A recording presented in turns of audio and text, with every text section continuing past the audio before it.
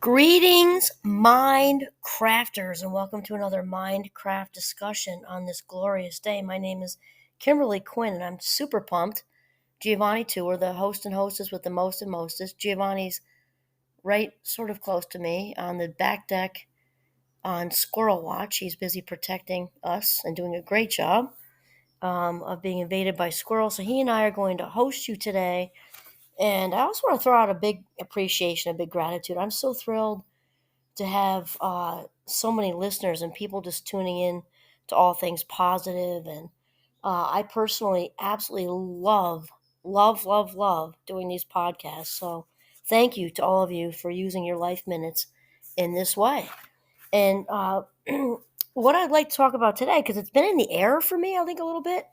I went on that weekend to Utah, Salt Lake City, with my mastermind group just a few weeks ago, and a lot of the whole weekend, we did hard work on what's going on with people and everything like that. And so some of the most positive is just a very positive group of people. So obviously a very positive experience. And we did a lot of work on limiting beliefs and like setting those free. And many times those are related directly to, scarcity thoughts. And this was a positive crew. And the thing is, sometimes things are wired deeply in our programming, right? And so I wanted to kind of get into the scarcity mindset because I've been hearing it here and there. So it's kind of like, I say I'm getting ready to do a podcast or a YouTube video, and the universe just talks to me like, oh, and oftentimes it's something I need in my own life or whatever, but it just kind of speaks to me. So I've been hearing just talk about scarcity. It's just been kind of coming from lots of different angles.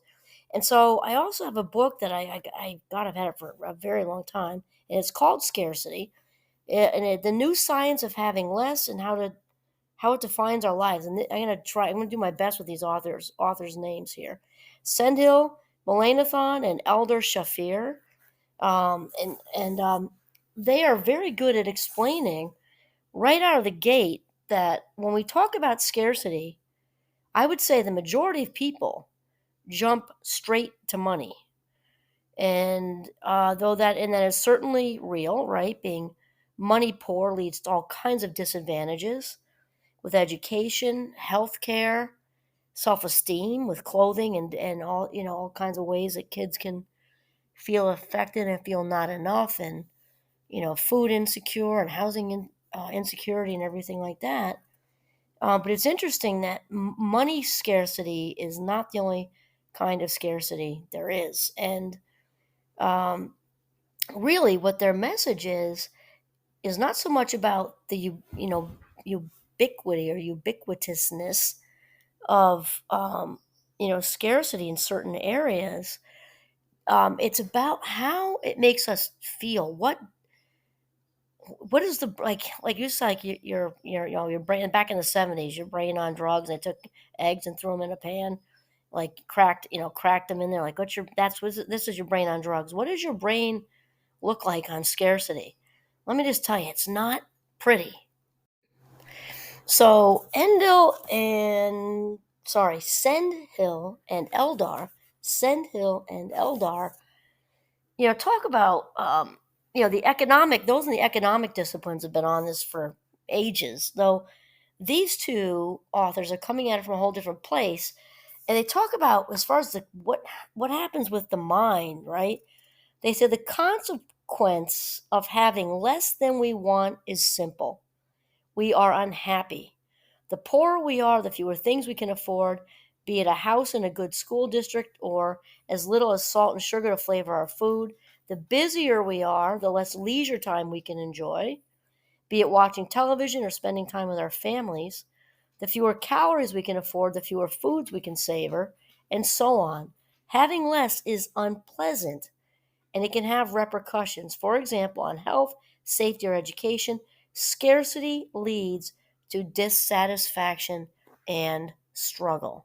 And so, there tends to be a lot of focus on the physical, the body for sure, and also the things we can't have, mostly due to money, like we said. But really, scarcity is actually a mindset. And Now that I'm working on a passion project and doing some marketing, it's interesting because I maybe this is what's prompting me to do this. So, and I've since learned what click funnels are, and basically how you hook people, which makes it sound so negative, but it's actually not negative. It's my stuff's all about well-being and positivity and proactive mind health. So that's actually a good thing to capture people's attention, though it's obviously used to hook people just out in the marketing world for other stuff. It might be just used cars sales or whatever. In fact, I remember this, and I remember, oh gosh, I'm in my second Jeep right now. Her name is Oprah. My first Jeep's name was Aretha, and this was way before I even got Aretha, probably almost a decade. I was just looking, and financially we weren't really ready and that sort of thing. And I went through, and I said, wow, I wasn't really thinking I was ready to buy one, but then there was a new used one that had just rolled in. It was a really good price. This is ages ago. At this point, probably, I don't even know, probably 25 years ago. And I remember the woman saying, I liked it. And I'm like, I wasn't even planning on it, but it was really quite a steal for the amount of mileage, and it looked so new. And it was red, that was like the boxes, and it was a standard boxes checked. I was like, wow, this is different. I wasn't looking, but we can afford this and whatever. And so we went in to do that whole thing. They sit you down and start talking about finances. And since I hadn't planned to buy it, I didn't go to my credit union and get a pre-approval. And she starts saying, well, if you like it, better grab it right now because it's headed off to the auction tomorrow. And I actually turned to her it must have been a little bit less than that because I'm thinking one of my psychology friends that I wouldn't have known then. So maybe it was more like 15, 14 years ago because we were talking about scarcity mindset with cars. And I said, excuse me, with all due respect, her name was Jane. I remember that. With all due respect, Jane, I don't respond to scarcity. And she did not know what to do with herself because it's like somebody caught her in the act, that whole routine of it's going to be gone in 5 seconds if you don't jump on it. And at that moment, I just got a wave of, as much as I liked that Jeep, I got a wave of just not meant to be because I didn't want to buy a Jeep in that way. I wanted it to be all good energy and celebratory and happy and as spontaneous as I am in most ways. I wasn't getting good energy from it all. So um, years later, I did get Aretha, and it was all really good. And I was not met up with that, self-imposed sense of urgency that some people can place on you. And then once I became aware of that, talking with friends in psychology and such, you realize how much scarcity is used as a marketing tool to scare people into that feeling of not having enough so that they will, soothe that feeling and sort of fill up the hole with whatever it is you're trying to sell. And so, Sendhill and Elder talk about scarcity not just being a physical constraint. And now that I've been studying, and I, created the course Mindcraft, as most of you know. Before that, I put together a positive psychology course, and I've just, immersed. When somebody gives me a project at Champlain, and I love that about Champlain, especially our former dean, Laurel. I really miss her a lot. We've got a lot of good people there for sure. When she would give me like a creative, like a passion project, I would just sail with it. So researching all this stuff was nothing but pure joy for me, and just learning about all this. So anyway, scarcity is not just a physical constraint, which is what many people think. It's a mindset. And now you hear more and more people, like my mastermind friends, actually talking about the scarcity mindset. Nowhere, in no way do you want to be locked into it. It goes nowhere good. So these two authors say when scarcity captures our attention, that's very important. It changes how we think. Whether it is at the level of milliseconds, hours, or days and weeks, by staying top of mind, it affects what we notice, how we weigh our choices, how we deliberate, and ultimately what we decide and how we behave. When we function under scarcity, we represent, manage, and deal with problems differently.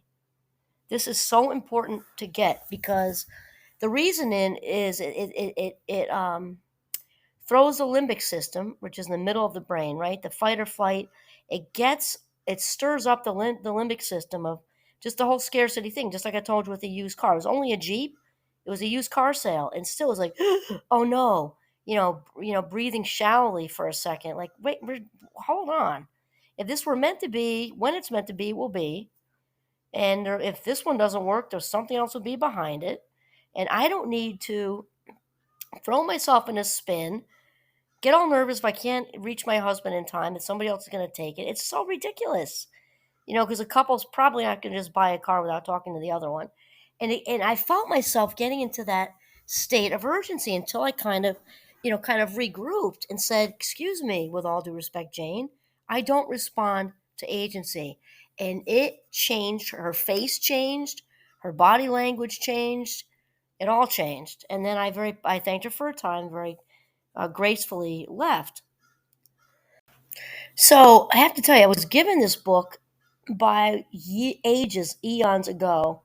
I was teaching a course at the Community College of Vermont, and they gave them to us, just gave them because it was so important with given the demographic we were working with. Which is, I mean, now when I look back, I'm like, wow, kudos to them because it gave instructors a whole lot more insight into where that particular CCV was in Vermont's Northeast Kingdom, which is very socioeconomically compromised. Beautiful area, wonderful people. It's picturesque to look at, and there's just tremendous, tremendous, tremendous poverty. And when I look back at it, I'm like, wow, that was absolutely brilliant to hand this book out to us. And of course, I had a little delay with getting it because obviously the reason they gave it to us wasn't. I mean, we all most of us know that poverty is a big complicated situation. It's generational, it's cyclical. There are all kinds of things that feed into it and perpetuate it and all of that. And I don't know, I don't remember what I was thinking at the time, but then when I and our president at the time, I think she's still there actually. Joyce Judy's amazing. Huge shout out to her if she hears this, because I believe it was probably coming from her, and she's just an amazing person. Because scarcity is so much bigger than not having enough in your bank account or even being able to acquire a bank account, which is obviously a big issue for people who are in the sort of stuck in that place of being underneath. So these authors say when scarcity captures the mind, we become more attentive and efficient. There are many situations in our lives where maintaining focus can be challenging. We procrastinate at work because we keep getting distracted. We buy overpriced items at the grocery store because our mind is elsewhere. A tight deadline or a shortage of cash focuses on the task at hand. With our minds riveted, we are less prone to careless error. This makes perfect sense. Scarcity captures us because it is important, worthy of our attention. Now, what's also worthy of our attention right now is to realize that probably since this book was published, I'd have to look to see. There's a lot of talk now, especially with my mastermind group, all the ClickFunnels thing I was talking about, is right now, and actually our youngest son and I, we talk about this a lot, the attention market, the market out there with retail, with businesses, with services and everything has really taken a shift. And now with social media, I mean, I think all of you know, probably the high majority of you know, each and every time you click on something, the computer's taking note of it. And, just like with, Google and Amazon or whatever, stuff just, mysteriously or seemingly mysteriously, it's not mysterious, pops up. That's exactly what you were just looking at yesterday, right? And so it's a seduction for people's attention, isn't? And it's far more intentional. Obviously, marketing and advertising have always, been there since civilization has been around in different ways. But now more than ever, it's being monitored by the millisecond. What we're clicking on, the websites we're lingering on, because excuse me, where the attention goes, the cash flows. So it's really important to realize with scarcity, whether again, whether it's money, which then spiders into all these other issues, right? We talked about it, housing and food and clothing and esteem and all that. It's also important to realize that scarcity can be time, which also flips us out. We're at work, and how am I going to get all these projects done? And my boss and people are on the chopping block, and they just laid off 25% of the da da da da da. Or we're confidence poor, or we are relationship poor, we're self love poor, self esteem poor. It no matter what, that shame stuff kicks in, and it does this. It does a very similar, if not the same thing, just different context. And so the authors Sendhill and Eldar talk about how we just can't really fully choose. We can't fully focus when our minds we cannot fully focus when our minds will be riveted. We think about the impending project not only when we sit down to work on it, but also when we are at home trying to help our child with their homework. Absolutely true, right? The same automatic capture that helps us focus becomes a burden in the rest of life. This is the paradox. What normally we could do flips the switch and goes backwards, because this is actually very much related um, to Maslow's hierarchy, especially when we talk about the basic needs. If somebody's coming from poverty, it's affecting housing and food and clothing and kids on that level. Because Maslow, Abraham Maslow, I love him. If you don't know his hierarchy of needs, there are six of them, and the bottom one is water. I'm sorry, yeah, water and I think food, your basic needs. Then it goes, and also shelter. Then the next is security, and it goes up and up and up. So that the very basic level, if we don't have food, water, and shelter, and then safety, right? We can't focus on, you know, going golfing with the girls, or going, fishing with the guys or with grandma or whoever, or going on a picnic with the family, because we're in survival mode. That's all we can think about. And so the point of this book is that's the scarcity mindset in general. We're in survival mode at work, because we feel the chopping block energy because so many people have been laid off. That isn't really different. One is a more basic need, but it isn't different. But also, it is actually very, very, very, very similar, because it's primal. Because especially the more one needs their job, the more it's tapping into the same fear.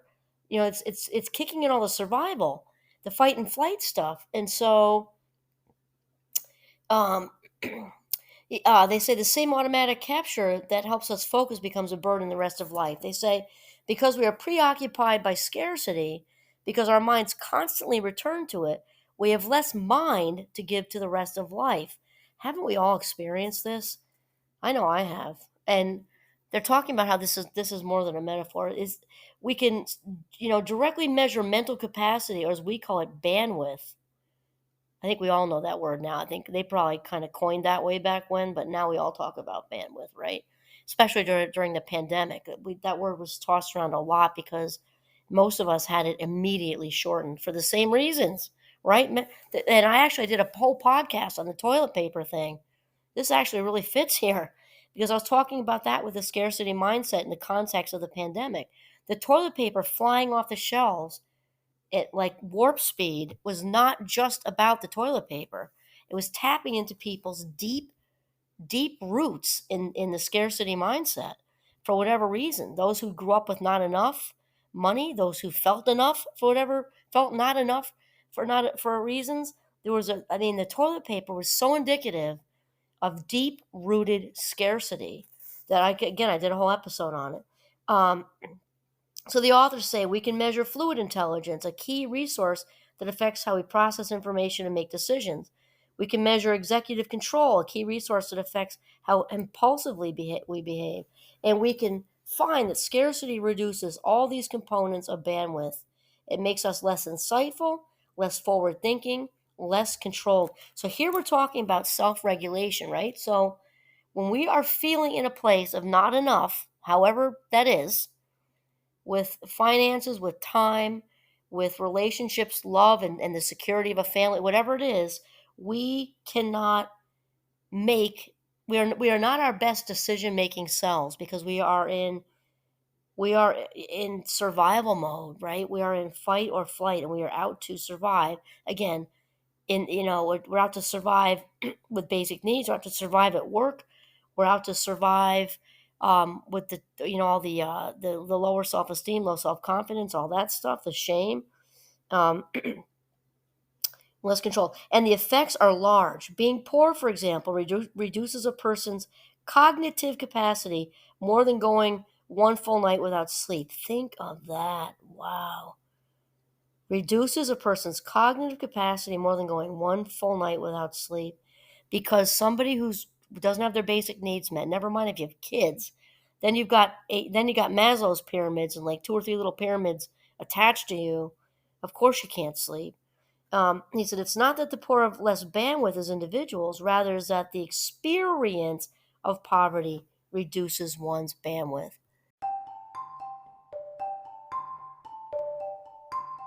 And so, this is why it's truly important to have a deep understanding of the scarcity mindset. And again, I'm so grateful that we were given this book way back when to help understand our students better, many of our students, and realizing that it's way deeper than just being about money, and understanding what it does to the mind. And so it really definitely opened my eyes up and my mind up to how scarcity in all varieties, no matter all varieties, affects bandwidth, which means it's affecting executive functioning. So those of us already have a difference in executive functioning. If you're fast mind clubbers, aka ADHDers, the autism crew, the autistic crew, sorry, and neurodivergent anyway, then it's a double whammy.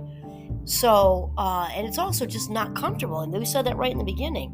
Scarcity is not comfortable. Then, because all of it causes issues with bandwidth, this means we are not our best decision-making selves. And in addition, mentioning that how unpleasant and uncomfortable it is, because we're in fight or flight, which is why we can only focus on fixing whatever it is that we don't have enough of. And it's just basically a cluster, And so it's very important to understand this when we get caught up in it ourselves. And also, this understanding can also help us, I think, to be more empathetic of others who are sort of being affected by,